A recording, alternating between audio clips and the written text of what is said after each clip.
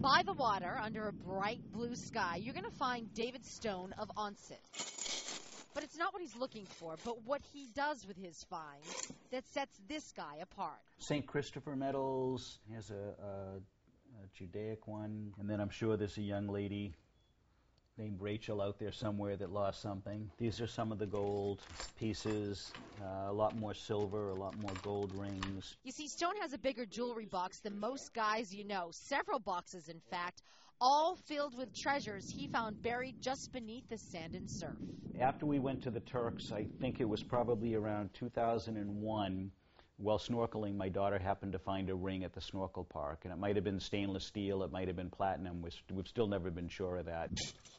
And it dawned on me, but if they make one that goes in the water, this is where the action is. Stone found this underwater detector worth about $1,200 and set out scavenging. While he does travel a lot and spends most of the year in Turks and Caicos, Stone summers back in Massachusetts and often combs the sandy shores of Onset and Parkwood beaches. Well, we'll start with a lot of U.S. coins. These were ones that I found in Parkwood Beach. He also finds some unique custom jewelry, like this ring, which has initials engraved on the front. The problem, finding who these special pieces belong to. So I started to think about it, and I tried to figure out a way to do this on the internet, and I started looking for internet names.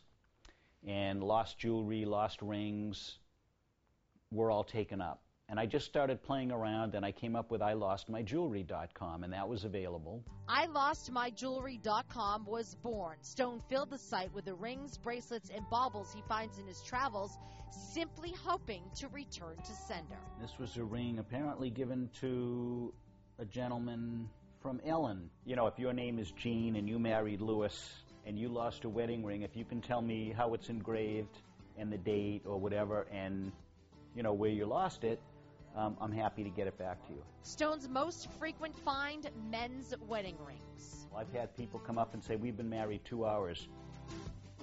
And right after the ceremony, one of them, the gentleman, went out and threw a football. And it went about 200 feet, and the ring went 20 right into the waves. The names and words scrolled inside, sometimes the only clues to help identify the rightful owners. Is inscribed and has the name Gabriella. This is one that went to Princess Vivian, is engraved in it.